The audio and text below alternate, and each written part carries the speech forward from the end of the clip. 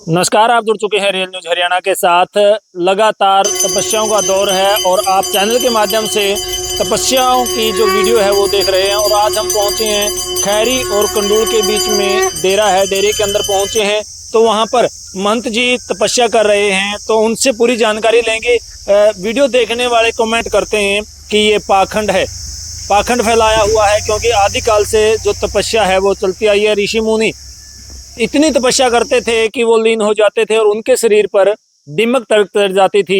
ये आदिकाल से जो तपस्या है वो चलती आ रही है। तो महाराज जी से आज जानकारी लेंगे कि तपस्या को लेके इनके क्या विचार हैं और कितने दिन से ये तपस्या कर रहे हैं, तपस्या से क्या फायदे होते हैं। तो महाराज जी से आपके हर सवाल का जवाब लेने की कोशिश करेंगे। नमो नारायण। नारायण। तो महाराज जी, आप सबसे पहले हमारे दर्शकों को आपका परिचय दीजिए और कब से आप तपस्या पर बैठे हैं, कितने धुनों की तपस्या कर रहे हैं। मैं 5 ही धुने की तपस्या करता हूँ, ना तो मैं 9 की करता, ना 108 की, ना 111 की जी। मेरे लिए तो महत्व है 5 ही धुने की। जी।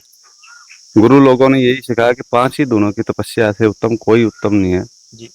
पंच परमेश्वर, 5 ही तत्व, भाई इनसे बड़ा कोई ताकत नहीं। आप इनको ही तप, साधना, योग, ये तो बड़े बड़े योगियों ने भी किया है, राजा महाराज भी करते थे। भाई साधु संत एक त्याग करके अपनी ही साधना में, तपस्या में लीन हो जाते हैं, ना किसी से लेना ना देना, अपना वो मस्ती में रहते हैं। पाखंड भी बताया जाता है गुरुजी इस चीज को। वो तो पाखंड आजकल ऐसी पढ़ाई है जिनके उनके बारे में वो पखंड ही समझेंगे। वो आजकल आप भी न्यूज पर कर रहे हो, आपके बारे में भी पखंड कहेंगे वो। उनका तो जैसी बुद्धि वैसे विकार। क्योंकि यहाँ पर आपके पास जो आपके शिष्य हैं दक्ष पुरी जी, वो भी यहाँ पर तपस्या करते हैं। उनकी जो वीडियो थी उसको लेके, या एक ढाकल में कंचन नाथ मात्र 17 साल की उम्र में तपस्या कर रही है। लोगों का कहना है कि देश जो पाखंड की ओर अग्रसर है, इस पर क्या कहेंगे।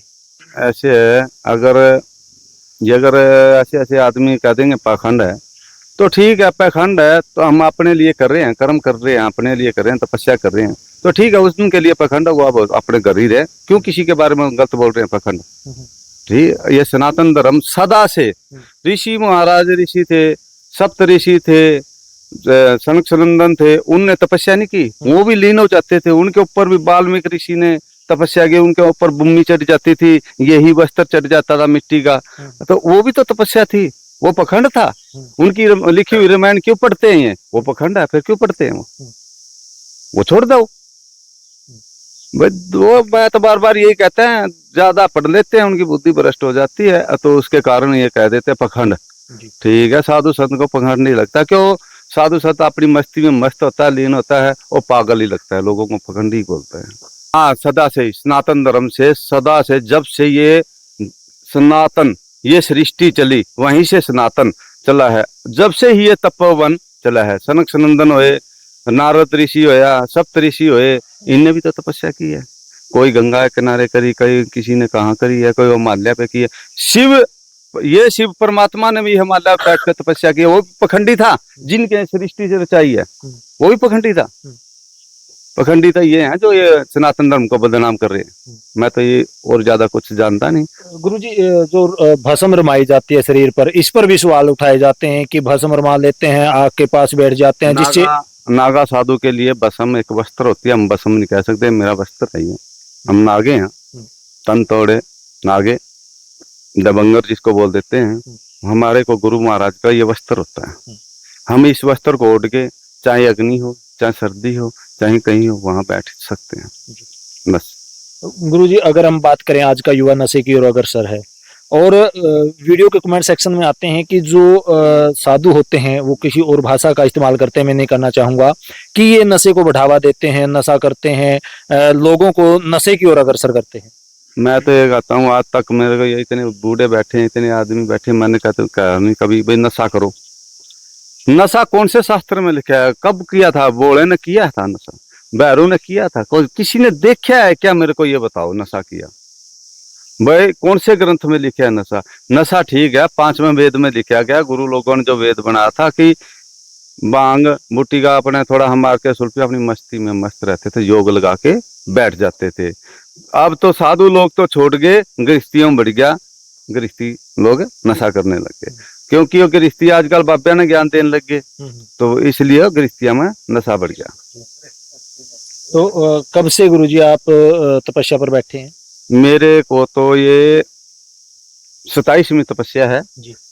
2003 में आया था यहाँ में, 2002 में आया था, 3 में पहली तपस्या यहाँ थी। पहली तपस्या नारनून की थी, उससे पहली तपस्या अपने गृहस्थी में ही रह के अपने गांव में ही की थी, मोठ में। जी।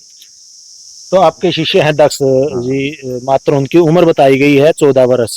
तो एक वीडियो हमने चैनल पर डाली थी, उसके अंदर काफी कमेंट थे कि पढ़ने के टाइम में ही इसको इस ओर लगा रहे हैं कि इसकी जिंदगी बर्बाद कर रहे हैं, क्या उसको लेके क्या कहें? उनने आके देखा भाई मैंने जिंदगी इसकी खराब कर रखी है, 10वीं में वो पढ़ रहा है, पढ़ाई की तरफ से हम रोक नहीं रहे। पढ़ अगर मैं अपना कर्म ही नहीं सिखाऊंगा उसको, तो फिर उसको मैं क्या शिक्षा दे सकता हूँ? पढ़ाई से ज्यादा शिक्षा संन्यास की है कि पढ़ाई की है, मेरे को ये बताओ।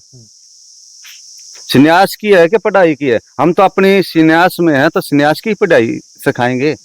तो वो भी पढ़ाई पढ़ रहा है, 10वीं में है, कौन कहता है मैं पढ़ा नहीं रहा? आज उसकी 14 साल है उम्र, 14 साल में 10वीं में बहुत अच्छा है पढ़ाई में, और जहां तक वो पढ़ेगा तो पढ़ो, नहीं तो अपना कर्म तो सिखाएंगे।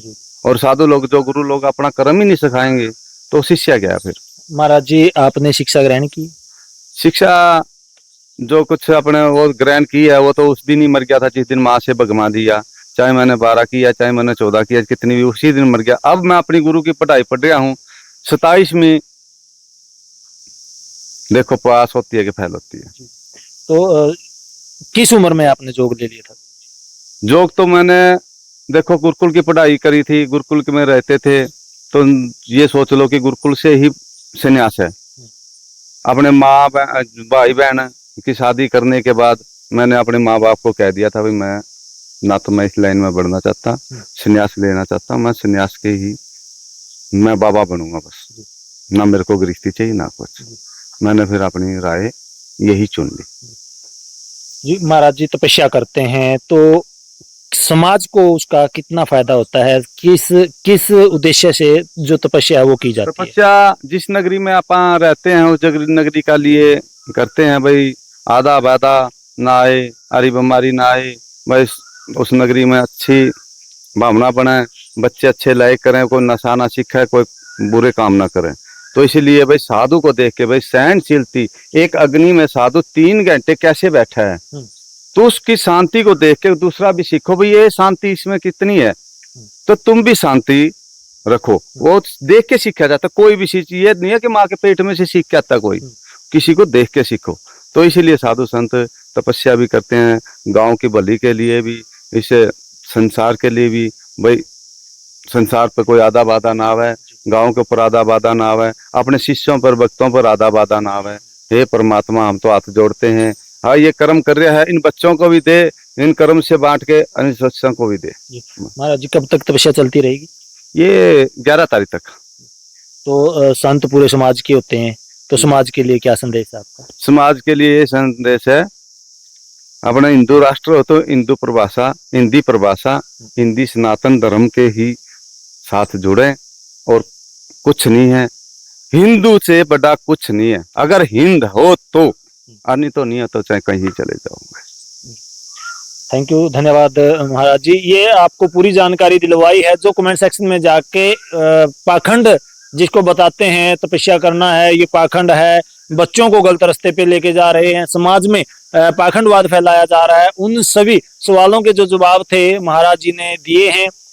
जल्द ही दक्षगिरी जो महाराज जी के शिष्य हैं उनकी वीडियो भी आपको जल्द ही दिखाएंगे। जो कमेंट सेक्शन में पूछ रहे थे कि लड़का है या लड़की, वो भी हम आपको बताएंगे लड़का है या लड़की, और किस क्लास में वो पढ़ते हैं, और कब से उन्होंने जो है योग लिया है। तो तब तक आप वीडियो को शेयर करते रहें, कमेंट सेक्शन में जाएं, कमेंट करते रहें।